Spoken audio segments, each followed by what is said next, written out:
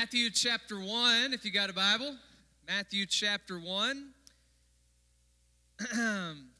Well, I got good news. This will not be the worst Mother's Day sermon that I've ever preached because I've already preached that one. It may not be the best, but I can tell you that it won't be the worst. I guess I ought to tell you about that one real quick. Probably 12 or 13 years ago, I don't know, I got the idea that I should preach this sermon on Mother's Day, maybe to show people how smart I was. And so I had this great idea for a sermon, and I think the sermon title was like, "You Get What You Give," or something like that. I didn't preach it here. It was back when we lived in Collierville, which may be why we don't live in Collierville anymore. I don't know. But I had this whole idea that I was going to preach this sermon about how, parents, we get back in our kids what we give our kids. And so I had this great example of this family in Scripture, kind of an infamous family. One of them is kind of well known, but that person had a mother who was really not a great person. And that mother had a mother, so grandmother of the woman we were talking about, she had a grandmother who was really not a great person. And so from a whole line of people who are presented as evil people, conniving people, came this woman, and I preached a Mother's Day sermon on Jezebel. And if you know who Jezebel is, you know why that's a bad idea. If you don't, there's a really good reason why nobody names their daughter Jezebel today. So that was Mother's Day sermon. So this won't be the worst, I can tell you that. May not be the best. Definitely will not be the worst. Mother's Day can bring all kinds of emotions, and honestly, I never know how to approach it in a sermon. There have been some years where I've just kind of preached the normal, part of a series that I was already in. There have been some years where I preach a sermon geared directly towards Mother's Day. This is a day that brings happiness and joy to some. It's a day that brings sadness, regret, and grief to others. For some of you, this is your first year, your first Mother's Day as a mother. Congratulations. We're proud for you. For some of you, this is your first Mother's Day without your mother. And so while we rejoice with those who rejoice, we also have a responsibility as Christians to weep with those who weep. And so I don't know how to approach it. What I do know is that no family's perfect. I know that sometimes our families are a mess, and nobody is immune to that. I know that we all have embarrassing family secrets, skeletons in the closet that nobody wants to get out, nobody wants to peek in and check on. And I also know that while we feel shame for that sometimes, the family of Jesus is no different. For thousands of years, people understood who they were in large part by where they came from. And so for thousands of years, genealogies and pedigree was important. Your ancestors and your descendants were what really marked a life. And so there are a couple of times in Scripture where we have a genealogy, an ancestry, or pedigree of Jesus. Earlier this year, when I was preaching through the first half of Luke, I covered his pedigree of Jesus, which includes 0 women, which is interesting for Luke. But in Matthew's pedigree of Jesus, his genealogy, there are over 40 generations listed. I asked him to read the genealogy. He didn't want to do that for some reason. But there are about 40 generations listed, and in those 40 generations, there are 4 mothers. 40 generations, all men, except for 4 women. 3 of them get a name. 1 of them is not even mentioned by name. But there they are, all in the family of Jesus. And so what I'd like to do this morning is to spend a few minutes talking about these 4 mothers who are included in the family of Jesus. Some of them are well known, some are not. Like the first one is probably the most obscure over all of them. Her name is Tamar, or Tamar. And to know her story, you really have to know the story of a man named Judah. And Judah is one of the sons of Jacob. So one of the 12 tribes of Israel is Judah. It comes from the name of the man, Judah. You can find his story in Genesis 37, and it gets really dark in Genesis chapter 38. So we're not going to spend a whole lot of time reading that passage. You feel free to chase that rabbit on your own. But you do need to know that Judah is the man through whom Jesus will ultimately come. Well, he also has a pretty dark history. He's one of the brothers of Joseph. Joseph's brothers that plotted to kill him and then decided, well, let's at least be kind of kind to him and let's don't kill him, let's make him a slave and make some money off of him. And so they sell their brother Joseph into slavery. Judah was one there with those brothers. It was Judah's idea to rub the coat of many colors in blood and take it to Jacob as proof and evidence that your favorite son, Dad, is dead. That's Judah. All right, so it comes from a pretty dark beginning, pretty dark life. Eventually, in chapter 38, Judah runs away from his family and he abandons Israel. He marries a woman from the Canaanites, which was really not looked upon favorably. And he has 3 sons who are, the way they're described in Scripture, they're essentially worthless sons. Their names are Er, Onan, and Shelah. And so if you're keeping count, Judah's family, his house, has 5 members. Marries a woman named Tamar, and he soon dies. And so it would be up to Er's brothers to take in his wife and to provide an heir for that family. Well, that happens once. Onan marries Tamar, whose husband has died, but refuses to provide an heir for her. And so he soon dies as well. So Judah had 3 sons. 2 are now dead, and now we've got the situation with Tamar. And Judah sees the trend that the 2 sons that have been married to this woman, their lives have ended, and so he's refusing to give Shelah to marry this woman. And definitely Judah's not going to marry her, and so the house of Judah is now down to 2 people. Not looking good for them. This is a terrible situation, and so Tamar devises a plan to kind of outsmart everybody and make the situation right. She's going to go disguised to the city gate pretty promiscuously, likely to demand that Judah fulfill his vow in providing an heir. Before she can approach Judah, though, Judah approaches her, right? And he propositions her because he thinks that she's just that kind of woman. Tamar consents, but she's pretty smart when it comes to this. She asks for 3 items. 1 is his signet ring. She can sign documents with that. 1 is his seal so that she can enter into contracts. And she also asks for his staff, which is a sign of his status and his identity. And so with his ring and with his seal and with his staff, she essentially has what amounts to an ancient paternity test. She can prove that this child belongs to this man. So that's her story. It's a story of evil things. It's a story of deception. It's a story of an illicit relationship. But if you look at Matthew chapter 1, verse 3, Judah, the father of Perez and Zerah by Tamar, there she is, right there in the pedigree of Jesus. The first woman mentioned is Tamar, a woman with a pretty sketchy past. Okay, it doesn't end there. The next thing you need to know about the women in Jesus' family tree is about a woman named Rahab. She's one of the more commonly known women in his life.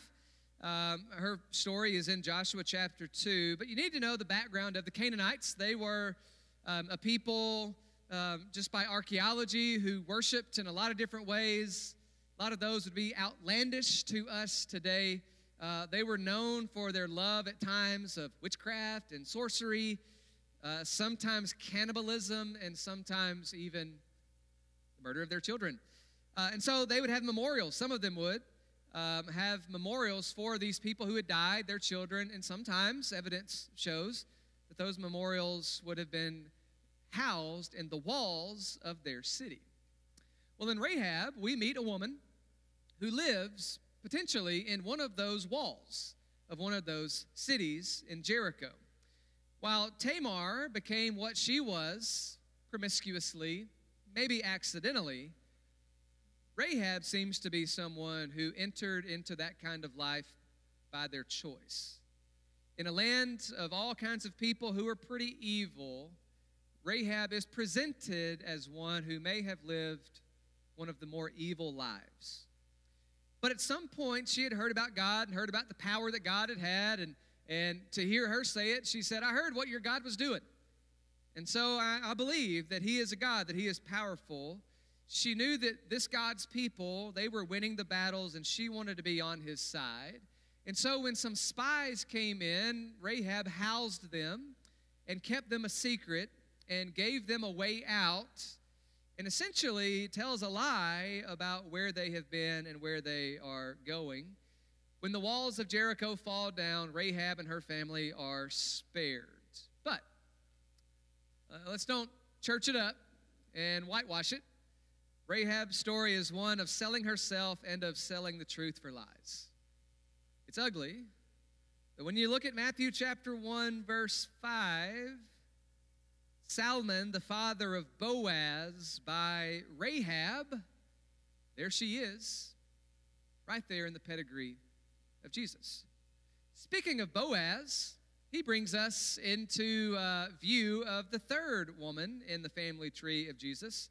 Her name's Ruth, but to know her story and to know why it's so scandalous, you have to know a little bit about the Moabites and their background.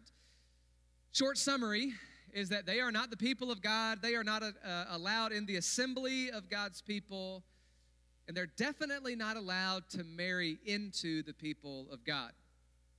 So when you start reading about Ruth in Ruth chapter 1, she is a stranger in the land of Israel, and she has very little hope. She's a widow, Jewish man, starving in a foreign land and helpless to do anything about it. She's stuck. She's faithful, but she's faithful to a woman named Naomi, her mother-in-law. And so if you'll look with me here, if you go to Ruth chapter 3, you're going to read some of these passages, and you'll read that Naomi has a plan for how Ruth ought to operate. Chapter 3, verse 1. Naomi, her mother-in-law, said to her, "My daughter, should I not seek rest for you, that it may be well with you?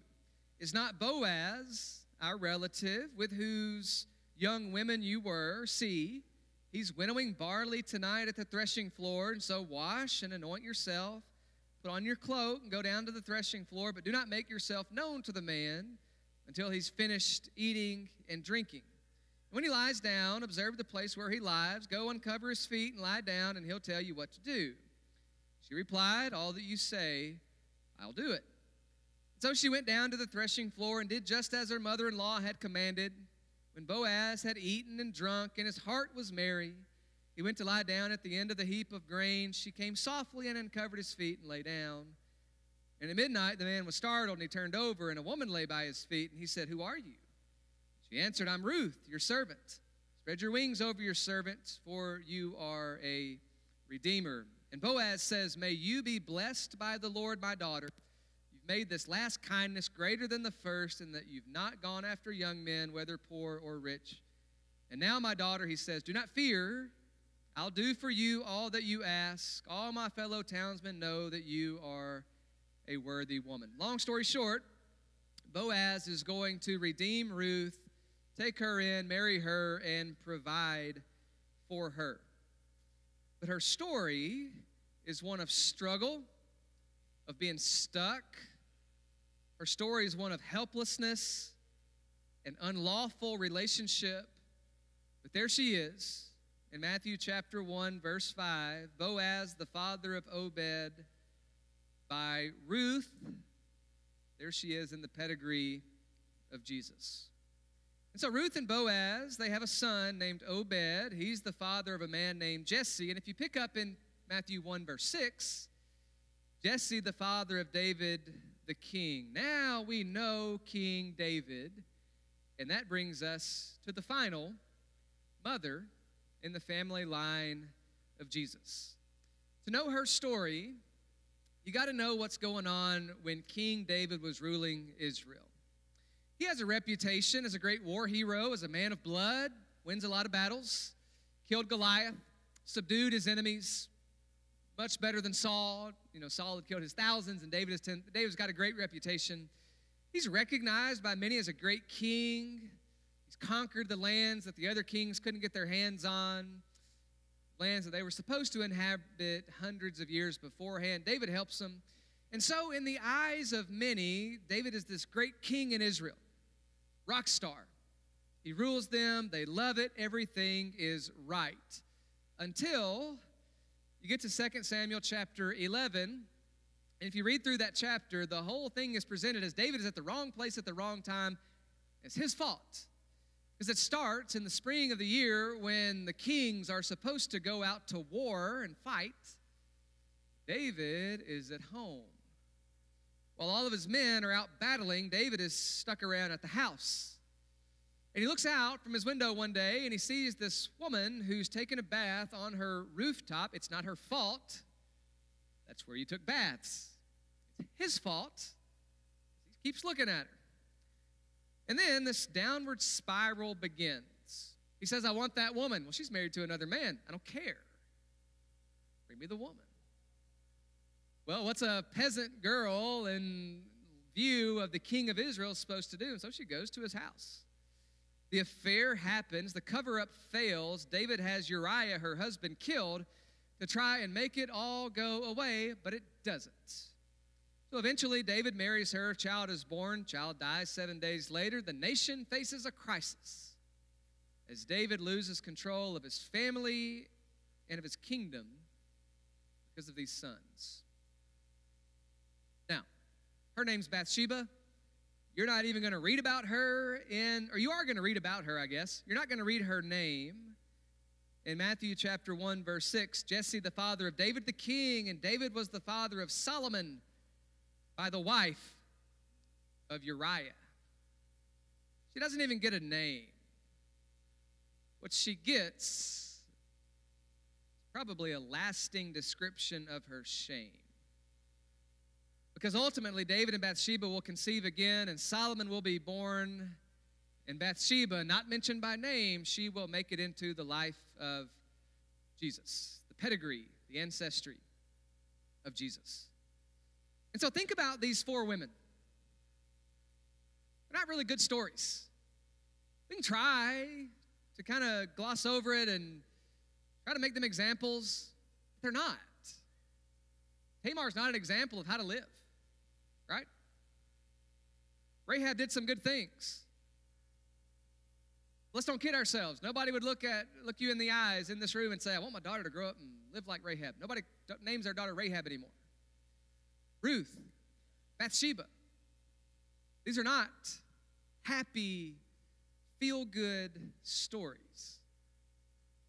These are names in the middle of messed up families, of shame and illicit relationships, of cruelty and of greed. This is the family of Jesus, and it's summed up in the stories of these four mothers who make it into his family heritage.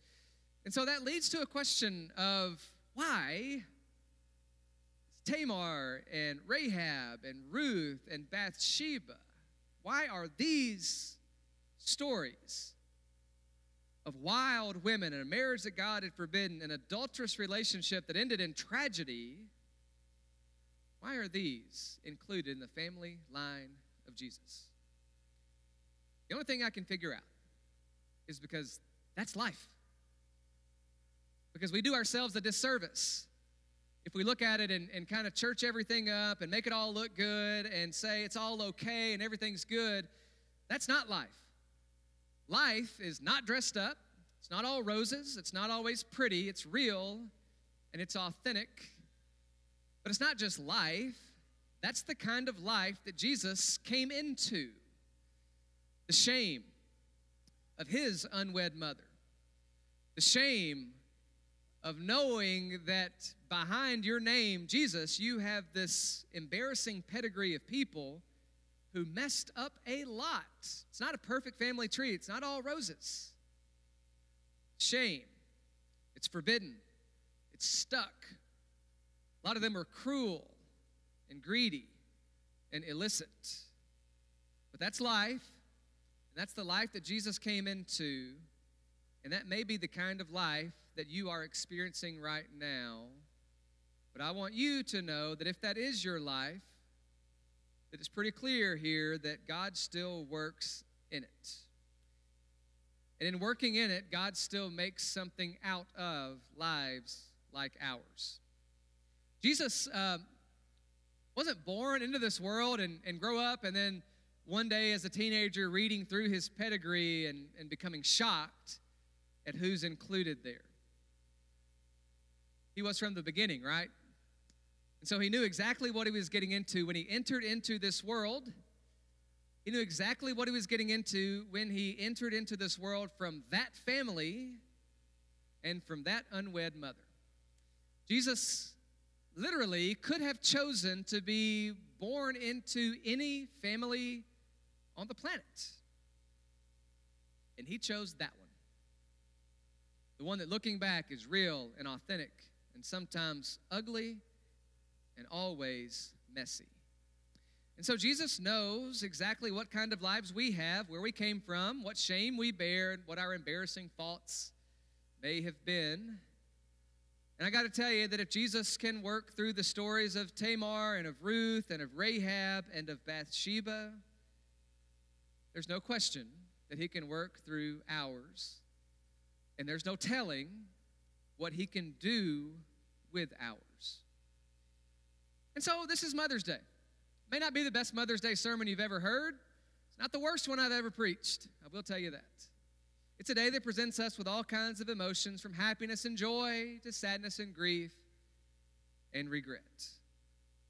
But on this day, when we are thankful for mothers, let's also remember that whenever we are not perfect, God can still make the most out of whatever mess we find ourselves into. He still makes all things work together for good.